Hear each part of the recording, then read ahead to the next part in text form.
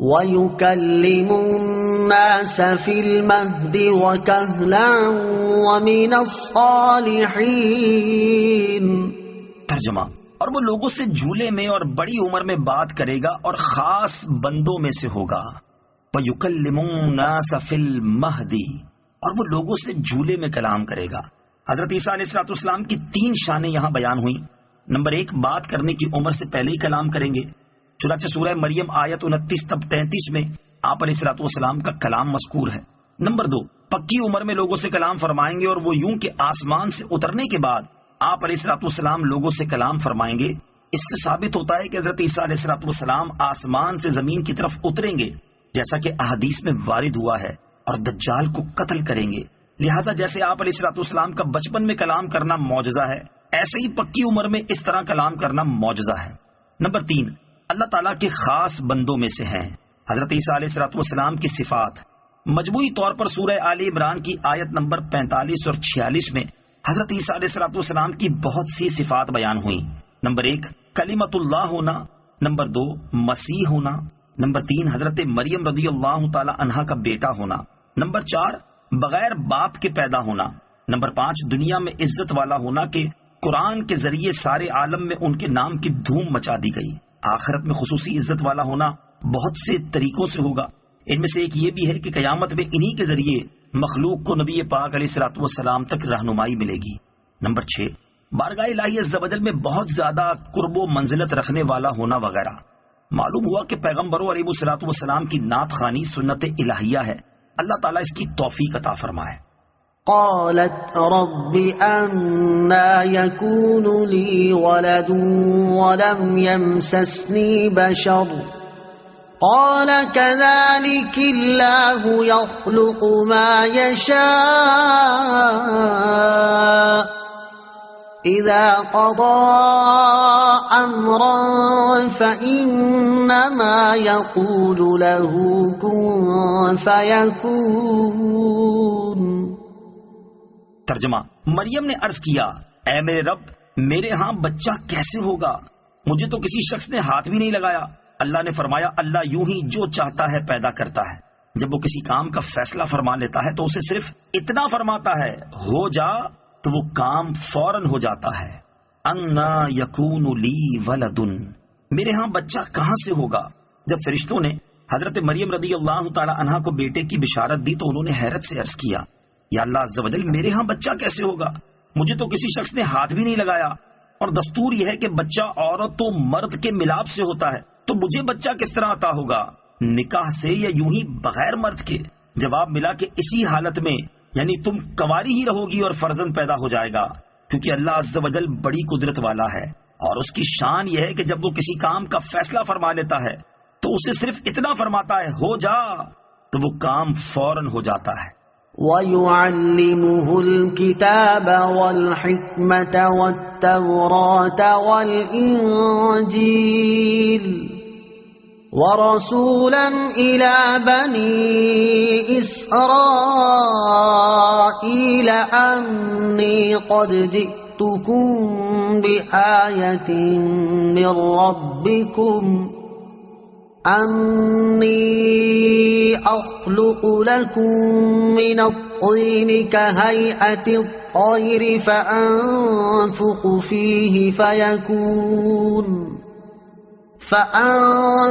فِيهِ فَيَكُونُ طَيْرًا بِإِذْنِ اللَّهِ وَأُبْرِئُ الْأَكْمَهَ وَالْأَبْرَصَ وَأُحْيِي الْمَوْتَى بِإِذْنِ اللَّهِ وَأُنَبِّئُكُم بِمَا تَأْكُلُونَ وَمَا تَدَّخِرُونَ فِي بُيُوتِكُمْ إِنَّ فِي ذَلِكَ لَآيَةً لَكُمْ إِن كُنتُم مُّؤْمِنِينَ۔ ترجمہ، اور اللہ اسے کتاب اور حکمت اور توریت اور انجیل سکھائے گا، اور وہ عیسیٰ بنی اسرائیل کی طرف رسول ہوگا کہ میں تمہارے رب کی طرف سے تمہارے پاس ایک نشانی لایا ہوں، وہ یہ کہ میں تمہارے لیے مٹی سے پرندے جیسی ایک شکل بناتا ہوں، پھر اس میں پھونک ماروں گا تو وہ اللہ کے حکم سے فوراً پرندہ بن جائے گی، اور میں پیدائشی اندھوں کو اور کوڑ کے مریضوں کو شفا دیتا ہوں، اور میں اللہ کے حکم سے مردوں کو زندہ کرتا ہوں، اور تمہیں غیب کی خبر دیتا ہوں جو تم کھاتے ہو اور جو اپنے گھروں میں جمع کرتے ہو۔ بے شک ان باتوں میں تمہارے لیے بڑی نشانی ہے اگر تم ایمان رکھتے ہو۔ وَرَسُولًا إِلَىٰ بَنِي إِسْرَائِيلَ، اور بنی اسرائیل کی طرف رسول ہوگا۔ اللہ تعالیٰ نے حضرت عیسیٰ علیہ السلام کو بنی اسرائیل کی طرف رسول بنا کر بھیجا، اور دلیل کے طور پر اس زمانے کے حالات کے موافق بہت سے معجزات عطا فرمائے۔ آیت سے معلوم ہوا کہ حضرت عیسیٰ علیہ السلام صرف بنی اسرائیل کے نبی تھے۔ یہی بات موجودہ بائبل میں بھی موجود ہے۔ آیت میں حضرت عیسیٰ علیہ السلام کے 5 معجزات کا بیان ہے۔ نمبر 1، مٹی سے پرندے کی صورت بنا کر پھونک مارنا اور اس سے حقیقی پرندہ بن جانا۔ نمبر 2، پیدائشی اندھوں کو آنکھوں کا نور عطا فرما دینا۔ نمبر 3، کوڑ کے مریضوں کو شفا یاب کر دینا۔ نمبر 4، مردوں کو زندہ کر دینا۔ نمبر 5، غیب کی خبریں دینا۔ حضرت عیسیٰ علیہ السلام کے معجزات کی تفصیل۔ نمبر 1، پرندے پیدا کرنا۔ جب حضرت عیسیٰ علیہ السلام نے نبوت کا دعویٰ کیا اور معجزات دکھائے تو لوگوں نے درخواست کی کہ آپ علیہ السلام ایک چمگادڑ پیدا کریں۔ آپ علیہ السلام نے مٹی سے چمگادڑ کی صورت بنائی اور پھر اس میں پھونک ماری تو وہ اڑنے لگی۔ چمگادڑ کی خصوصیت یہ ہے کہ وہ اڑنے والے جانوروں میں بہت عجیب ہے اور قدرت پر دلالت کرنے میں دوسروں سے بڑھ کر ہے، کیونکہ وہ بغیر پروں کے اڑتی ہے اور دانت رکھتی ہے اور ہنستی ہے، اور اس کی مادہ کے چھاتی ہوتی ہے اور وہ بچہ جنتی ہے، حالانکہ اڑنے والے جانوروں میں یہ باتیں نہیں ہوتی۔ نمبر 2، کوڑیوں کو شفا یاب کرنا۔ حضرت عیسیٰ علیہ السلام اس مریض کو بھی شفا دیتے جس کا برس بدن میں پھیل گیا ہو اور اطباء اس کے علاج سے عاجز ہوں۔ چونکہ حضرت عیسیٰ علیہ السلام کے زمانے میں طب کا علم انتہائی عروج پر تھا اور طب کے ماہرین علاج کے معاملے میں انتہائی مہارت رکھتے تھے، اس لیے ان کو اسی قسم کے معجزے دکھائے گئے تاکہ معلوم ہو کہ طب کے طریقے سے جس کا علاج ممکن نہیں ہے اس کو تندرست کر دینا یقیناً معجزہ اور نبی کی نبوت کی دلیل ہے۔ حضرت وہب بن منبہ رضی اللہ تعالیٰ عنہ کا قول ہے کہ اکثر حضرت عیسیٰ علیہ السلام کے پاس ایک دن میں 50 ہزار مریضوں کا اجتماع ہو جاتا تھا۔ ان میں جو چل سکتا تھا وہ حاضر خدمت ہوتا، اور جسے چلنے کی طاقت نہ ہوتی اس کے پاس خود حضرت عیسیٰ علیہ السلام تشریف لے جاتے اور دعا فرما کر اس کو تندرست کرتے اور اپنی رسالت پر ایمان لانے کی شرط کر لیتے۔ نمبر 3، مردوں کو زندہ کرنا۔ حضرت عبداللہ ابن عباس رضی اللہ تعالیٰ عنہ نے فرمایا کہ حضرت عیسیٰ علیہ السلام نے 4 شخصوں کو زندہ کیا۔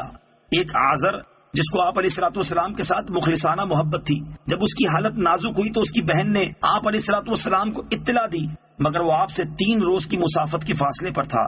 جب آپ علیہ السلام 3 روز میں وہاں پہنچے تو معلوم ہوا کہ اس کے انتقال کو 3 روز ہو چکے ہیں۔ آپ نے اس کی بہن سے فرمایا ہمیں اس کی قبر پر لے چل۔ وہ لے گئی۔ آپ علیہ السلام نے اللہ تعالیٰ سے دعا فرمائی جس سے آزر حکم الہی سے زندہ ہو کر قبر سے باہر آ گیا اور مدت تک زندہ رہا اور اس کے ہاں اولاد ہوئی۔ دوسرا ایک بڑھیا کا لڑکا تھا جس کا جنازہ حضرت عیسیٰ علیہ السلام کے سامنے جا رہا تھا۔ آپ نے اس کے لیے دعا فرمائی، وہ زندہ ہو کر جنازہ اٹھانے والوں کے کندھوں سے اتر پڑا اور کپڑے پہنے اور گھر آ گیا، پھر زندہ رہا اور اس کے ہاں اولاد بھی ہوئی۔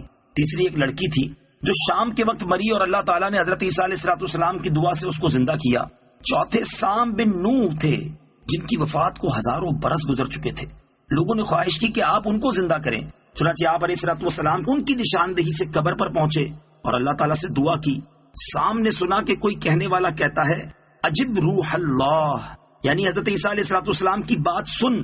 یہ سنتے ہی وہ مرعوب اور خوف زدہ اٹھ کھڑے ہوئے اور انہیں گمان ہوا کہ قیامت قائم ہو گئی۔ اس کی دہشت سے ان کے سر کے آدھے بال سفید ہو گئے۔ پھر وہ حضرت عیسیٰ علیہ السلام پر ایمان لائے اور انہوں نے حضرت عیسیٰ علیہ السلام سے درخواست کی کہ دوبارہ انہیں سکرات موت کی تکلیف نہ ہو، اس کے بغیر انہیں واپس کیا جائے۔ چنانچہ اسی وقت ان کا انتقال ہو گیا۔ حضرت عیسیٰ علیہ السلام جسے زندہ فرماتے اسے بِإِذْنِ اللہ یعنی اللہ کے حکم سے فرماتے۔ اس فرمان میں عیسائیوں کا رد ہے جو حضرت عیسیٰ علیہ السلام کی الوہیت یعنی خدا ہونے کے قائل تھے۔ نمبر 4، غیب کی خبریں دینا۔ جب حضرت عیسیٰ علیہ السلام نے بیماروں کو اچھا کیا اور مردوں کو زندہ کیا تو بعض لوگوں نے کہا یہ تو جادو ہے، اور کوئی معجزہ دکھائیے۔ تو آپ علیہ السلام نے فرمایا کہ جو تم کھاتے ہو اور جو جمع کر رکھتے ہو میں اس کی تمہیں خبر دیتا ہوں۔ اور حضرت عیسیٰ علیہ السلام کے دستے مبارک پر یہ معجزہ بھی ظاہر ہوا۔ آپ علیہ السلام آدمی کو بتا دیتے تھے جو وہ کل کھا چکا اور جو آج کھائے گا اور جو اگلے وقت کے لیے تیار کر رکھا ہوتا۔ آپ علیہ السلام کے پاس بہت سے بچے جمع ہو جاتے تھے۔ آپ علیہ السلام انہیں بتاتے تھے کہ تمہارے گھر فلاں چیز تیار ہوئی ہے، تمہارے گھر والوں نے فلاں چیز کھائی ہے، فلاں چیز تمہارے لیے بچا کر رکھی ہے. بچے گھر جاتے اور گھر والوں سے وہ چیز مانگتے. گھر والے وہ چیز دیتے اور ان سے کہتے کہ تمہیں کس نے بتایا؟ بچے کہتے حضرت عیسیٰ علیہ الصلوۃ والسلام نے. تو لوگوں نے اپنے بچوں کو آپ علیہ الصلوۃ والسلام کے پاس آنے سے روکا اور کہا کہ وہ جادوگر ہیں، ان کے پاس نہ بیٹھو، اور ایک مکان میں سب بچوں کو جمع کر دیا. حضرت عیسیٰ علیہ الصلوۃ والسلام بچوں کو تلاش کرتے تشریف لائے تو لوگوں نے کہا وہ یہاں نہیں ہیں. آپ علیہ الصلوۃ والسلام نے فرمایا کہ پھر اس مکان میں کون ہے؟ انہوں نے کہا سور ہیں. فرمایا ایسا ہی ہوگا. اب جو دروازہ کھولا تو سب سور ہی سور تھے. سورہ آل عمران کی آیت نمبر 49 سے حاصل ہونے والا درس. اس آیت مبارکہ سے بہت سے عقائد و مسائل معلوم ہوتے ہیں. نمبر 1، حضرت عیسیٰ علیہ الصلوۃ والسلام کو معجزات عطا ہوئے. نمبر 2، انبیاء کرام علیہ الصلوۃ والسلام کو اللہ تعالیٰ کی طرف سے معجزات عطا ہوتے ہیں. نمبر 3، بہت سے معجزات انبیاء کرام علیہ الصلوۃ والسلام کے اختیار سے ظاہر ہوتے ہیں. یہ نہیں کہہ سکتے کہ انبیاء کا ان معجزات میں کوئی اختیار نہیں ہوتا. نمبر 4، معجزات بہت سی قسموں کے ہو سکتے ہیں، حتیٰ کہ مردوں کو زندہ کرنے کا بھی معجزہ ہوتا ہے. نمبر 5، اللہ تعالیٰ اپنے پیاروں کو اختیارات اور قدرتیں عطا فرماتا ہے. نمبر 6، محبوبان خدا لوگوں کی حاجت روائی پر قدرت رکھتے ہیں اور ان کی مشکل کشائی فرماتے ہیں. نمبر 7، محبوبان خدا عام عادت سے ہٹ کر مشکل کشائی کرتے ہیں. نمبر 8، محبوبان خدا کی قدرتیں عام مخلوق کی قدرتوں سے بڑھ کر اور بالا تر ہوتی ہیں. نمبر 9، محبوبان خدا شفا بھی بخشتے ہیں. نمبر 10، اللہ تعالیٰ اپنے پیاروں کی دعائیں قبول فرماتا ہے. اسی لیے بطور خاص اولیاء کرام اور محبوبان خدا کی بارگاہ میں عرض کی جاتی ہے کہ آپ اللہ تعالیٰ کی بارگاہ میں ہماری سفارش فرما دیں اور ہمارے لیے دعا کر دیں. نمبر 11، محبوبان خدا کے تمام اختیارات اللہ عز و جل کی عطا اور اجازت سے ہوتے ہیں. نمبر 12، محبوبان خدا کے اختیارات کا انکار کرنا سیدھا قرآن کا انکار کرنا ہے.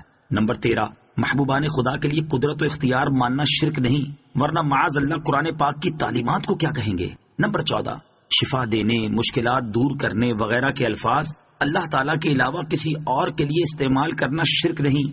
لہٰذا یہ کہنا جائز ہے کہ رسول اللہ صلی اللہ تعالی علیہ وسلم مشکل کشا اور دافع البلا ہیں، یا اللہ عز و جل کے پیارے اولاد دیتے ہیں، کیونکہ حضرت عیسیٰ علیہ الصلوۃ والسلام نے فرمایا کہ میں مردے زندہ کرتا ہوں، میں لا علاج بیماروں کو اچھا کرتا ہوں، میں غیبی خبریں دیتا ہوں، حالانکہ یہ تمام کام رب عز و جل کے ہیں. نمبر 15، محبوبان خدا غیب کی خبریں جانتے ہیں، جیسے حضرت عیسیٰ علیہ الصلوۃ والسلام گھروں میں رکھی ہوئی چیزوں کو بھی جانتے تھے. نمبر 16، محبوبان خدا کے لیے علوم غیبیہ ماننا توحید کے منافی نہیں، بلکہ اللہ تعالیٰ کی عطا کا انکار کرنا توحید کے منافی ہے. اس آیت میں جتنا غور کرتے جائیں اتنا زیادہ عقائد اہل سنت واضح ہوتے جائیں گے.